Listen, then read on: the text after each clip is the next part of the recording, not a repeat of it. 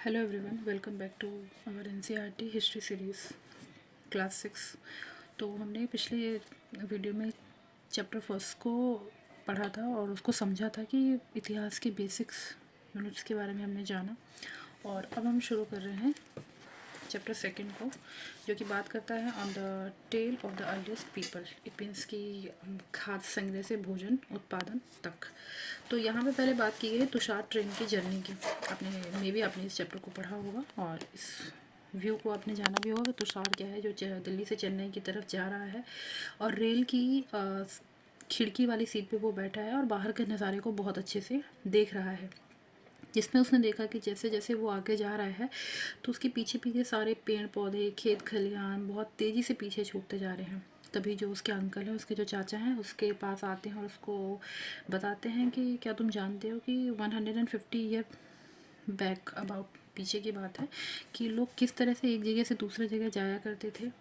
और क्योंकि बहुत पहले की बात है तो तुषार सोचने लगता है कि क्या सब जिस स्पीड से हम इतनी तेज़ी से आगे जा रहे हैं और हम अभी हमारे पास साधन है आने जाने के लिए, तो उस टाइम पे तो लोगों के पास ऐसा कुछ नहीं रहा होगा। तो क्या लोग एक ही जगह पे रहा करते थे या फिर वो यात्रा किया करते थे? जैसे कि उसके मन में बहुत सारे सवाल उठ रहे थे।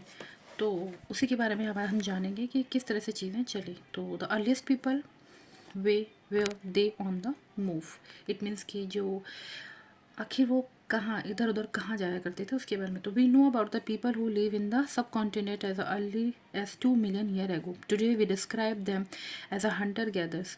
The name come from the way in which they got their food. Generally, they hunt wild animals, caught fish and birds, and gather fruits, roots, nuts, seeds, livestock, and eggs. The immense variety of the plants in a tropical land like ours meant that gathering plants produce was an extremely important means of obtaining food. It means कि ये कह रहा है कि 20,000 साल पहले की बात है ये, कि लोग कैसे एक जगह से दूसरे जगह अपने खान पान के लिए यहाँ से वहाँ जाया करते थे कि, और आमतौर पर खाने के लिए वे जंगली जानवरों का शिकार करते थे, मछलियाँ पकड़ना, चिड़ियाँ पकड़ना, फल, दाने, पौधे, पत्तियाँ, अंडे, ये सब क्या इकट्ठा किया करते थे जिससे कि उनका भरण पोषण हो पाए। None of these things was easy to do. और ये बहुत आसान नहीं था कि लोग एक जगह से दूसरी जगह चीज़ों के सर्च में अपनी भूख को मिटाने के लिए, अपने जीवन को जीने के लिए इसकी तलाश करते थे। There are several animals that run faster than us. बहुत से ऐसे जानवर थे जो हमसे भी ज़्यादा तेज दौड़ते थे। Many that stronger they hunt to hunt animals to और catch fishes and birds. People need to be alert, quick and have a lot of presence of mind to collect plant produce. You need to find out which plant और part of plant are edible. आपको ये भी जानना ज़रूरी था कि आप जो प्लांट को कलेक्ट कर रहे हैं तो उसका कौन सा पार्ट आपको खाना है, that is can be eaten, कौन सा वो खाने लायक है। As many can be poisons, क्या पता कुछ उसमें से बहुत ज़्यादा जहरीले हों जो हमें हार्म कर दें। ठीक है। You also need to find out about the seasons when its fruit ripen. और हमें ये भी जानने की आवश्यकता थी कि जो फ्रूट हम हमारे पास है या हम जिसके तलाश में है वो कब पकते हैं या कब वो खाने लायक होते हैं। तो बात करते हैं इन्हीं चीज़ों के बारे में। तो let's the skill and the knowledge that the children of these communities have. Do you have these skills and the knowledge? NCERT की बहुत अच्छी खासियत ये है कि जब वो एक टॉपिक कंप्लीट करता है तो बच्चों को इंगेज करता है कि वो इन क्वेश्चंस को समराइज़ करें, समझे, उसका मूल्यांकन करके जवाब ढूंढने की कोशिश करें। तो there are at least 4 reason why hunters gather move from one place to place. एक जगह से दूसरी जगह वो क्यों जाया करते। तो पहला रीज़न बताया है, firstly if they had stay in a one place for a long time they would have eaten up all the available plants and animal resources, therefore they would have to had to go elsewhere in a search of food. It means कि पहला कारण ये बताते हैं कि अगर वो एक जगह पे एक से ज़्यादा दिनों तक रहते तो आसपास के जो पेड़ पौधे हैं, फल हैं और जानवर हैं, उनको खाकर वो फिनिश कर देते। इसलिए और भोजन की तलाश में उन्हें एक जगह से दूसरी जगह जाना पड़ा। सेकेंड रीज़न ये बताते हैं, animal move from place to place either in a search of small prey और in a case of the deer and wild cattle in search of grass and leaves. That why those who hunted them had to follow their movement. और second ये बताते हैं कि जो जानवर हैं वो अपने शिकार के लिए या फिर हिरन और मवेशी अपना जो चारा ढूंढने के लिए एक जगह से दूसरी जगह जाया करते थे, इसलिए इन जानवरों का शिकार करने के लिए भी लोग उनके पीछे पीछे जाया करते थे। थर्ड ये बताते हैं the plant and a tree bear fruits in the different seasons, so people may have moved from season to season in search in a different kind of plant।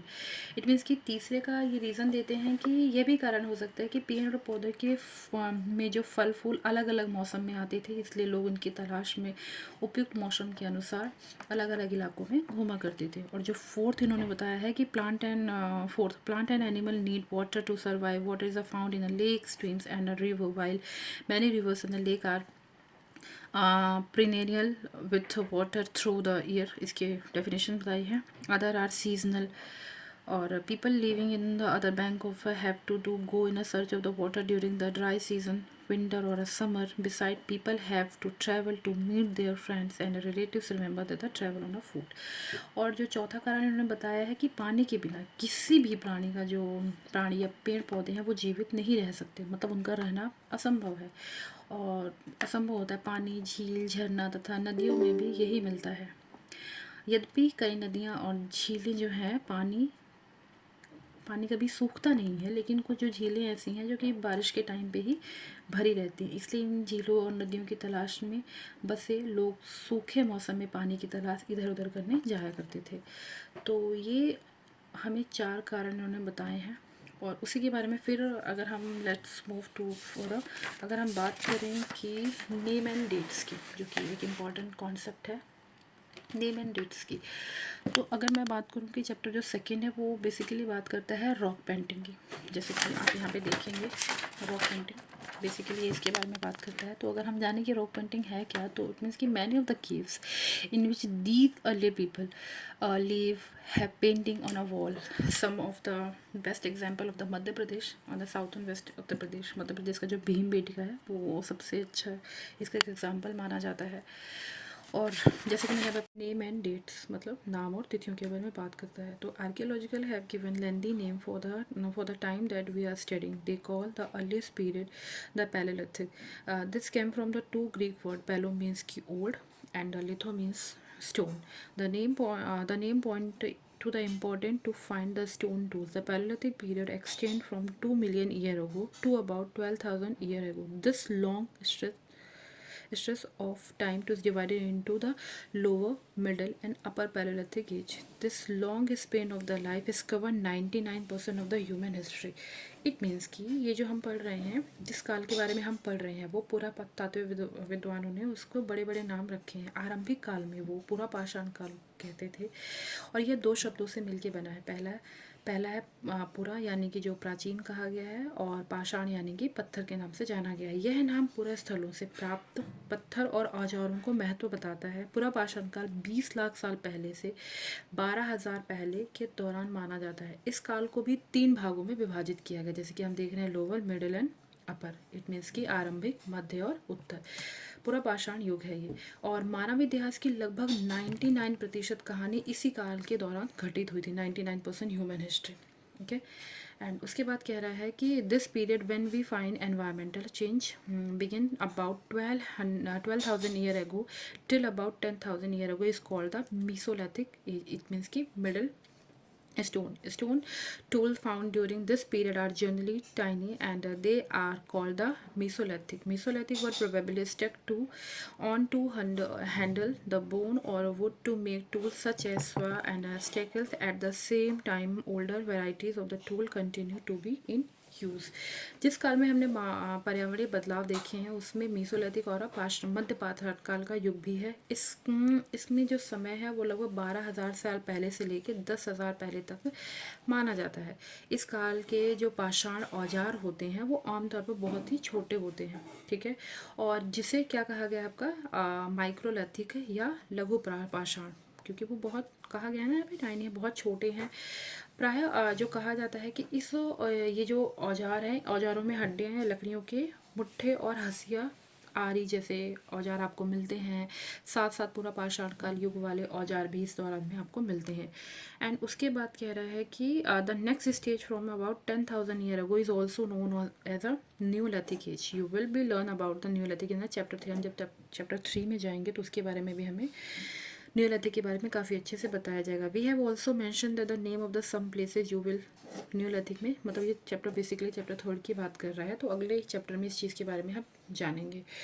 और जो यहाँ पे बात कर रहा है कि मिडिल काल में कि इन्होंने बताया है कि चेंज द एनवायरनमेंट, मतलब कि जो समय बदला, changing environment. Around 12,000 years ago, there were major change in the climate in the world with the shift to warm condition. In many areas, this led to the development of the grassland, turned to the led in an increase in the number of deer, anthropoid, and goat, sheep, and cattle animal that survive on a grass.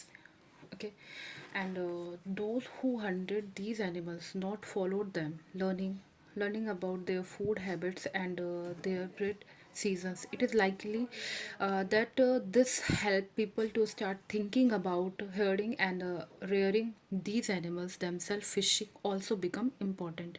ये चीज़ें बहुत ही important यहाँ पे बताई गई हैं, मतलब कि कह रहा है कि बदलती जो जलवायु है वो कैसे, मतलब लगभग 12,000 साल पहले दुनिया की जलवायु में बहुत बड़ा बदलाव आया और जिससे कि गर्मी बढ़ने लगी। इसका जो इम्पैक्ट पड़ा, कई क्षेत्रों में घास वाले मैदान बनने लगे। इससे हिरण, बारहसिंघा, भेड़, बकरी और गाय जैसे उन जानवरों की संख्या बढ़ी जो घास खाकर जिंदा रह रहे थे। जो लोग इन जानवरों का शिकार करते थे वे भी इनके पीछे पीछे आए और खाने पीने की आदतों को और प्रजनन के समय की जानकारी हासिल करने लगे। हो सकता है कि तब लोग इन जानवरों को पकड़कर अपनी ज़रूरतों के अनुसार पालने की सोच रखने लगे होंगे। साथ ही इस काल में मछली भी भोजन का महत्वपूर्ण स्रोत बन गई होगी।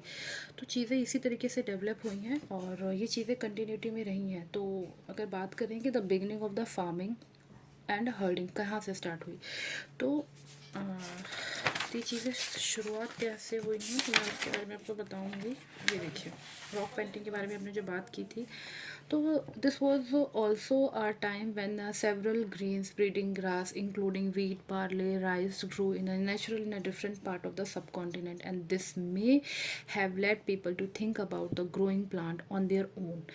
This is why people become farmer. इसीलिए वो क्या किसान बनने लगे, क्योंकि वो खुद के लिए उगाने लगे और खाने के लिए। People could also attract them tame animal and by living food for them near the shelter.